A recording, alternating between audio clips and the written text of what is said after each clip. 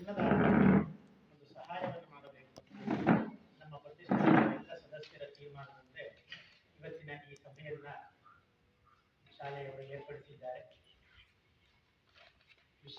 ವಿಷಯ ಏನು ಅಂತಂದ್ರೆ, ಈ ಒಂದು ಪ್ರತಿಷ್ಠಾನವನ್ನ ಪ್ರಾರಂಭ ಮಾಡಿ 1 ವರ್ಷ ಆಗಿದೆ. ಇದು 2ನೇ ವರ್ಷದಲ್ಲಿ ನಾವಿದ್ದೇವೆ. ಈ ಒಂದು ಪ್ರತಿಷ್ಠಾನದ ಪ್ರಾರಂಭಕ್ಕೆ ನಮ್ಮ ಶ್ರೀಮಠದ ಶೃಂಗೇರಿ ಶ್ರೀಮಠದ ಜಗದ್ಗುರುಗಳಾಗಿರುವಂತಹ ಭಾರತೀ ತೀರ್ಥ ಮಹಾಸನ್ನಿಧಾನಗಳವರು ಹಾಗೂ ತತ್ಕಾಲ ಸಂಜಾತರಾದ ಜಗದ್ಗುರು ಶ್ರೀ ಶ್ರೀ ಗುರುಶೇಖರ ಭಾರತಿ ಸಂವಿಧಾನಗಳವರ ಸಂಪೂರ್ಣ ಒಂದು ಅನುಗ್ರಹದಿಂದ ಈ ಪ್ರತಿಷ್ಠಾನ ಪ್ರಾರಂಭವಾಗಿದೆ.